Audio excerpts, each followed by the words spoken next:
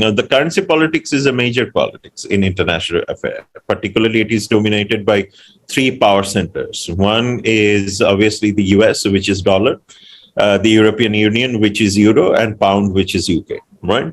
So most of the trading in the world happens through these three currencies.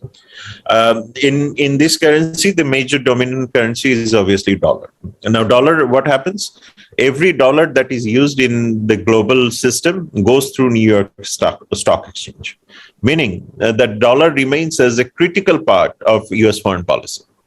And this is the reason why they would always essentially be looking for strengthening the value of dollar.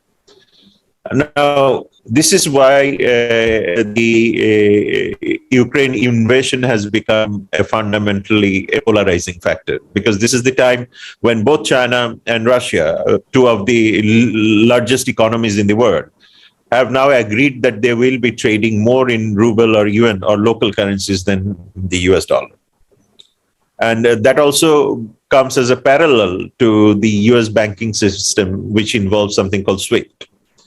So nobody wants to be under sanction, and nobody wants to be under whimsical sanction that somebody is using SWIFT and I'm doing my essential trade and I'm going to get a sanction. So again, you're now seeing that parallel economic initiatives, parallel economic institutions are coming.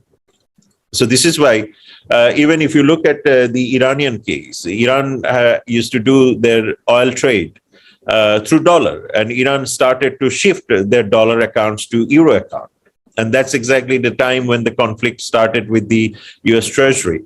So this is why the new politics of currency will essentially be there. Moscow has clearly told not friendly states, as they mentioned, the countries, those are not friendly, to pay their oil and gas prices in ruble. So again, if you have more ruble infused in your economy will always be resilient, because then you're not vulnerable to external shocks caused by US dollar or stock exchange. So now you're seeing that this politics is coming. Again, Bangladesh has now offered that whether we will have a barter system with Russia in terms of our payments.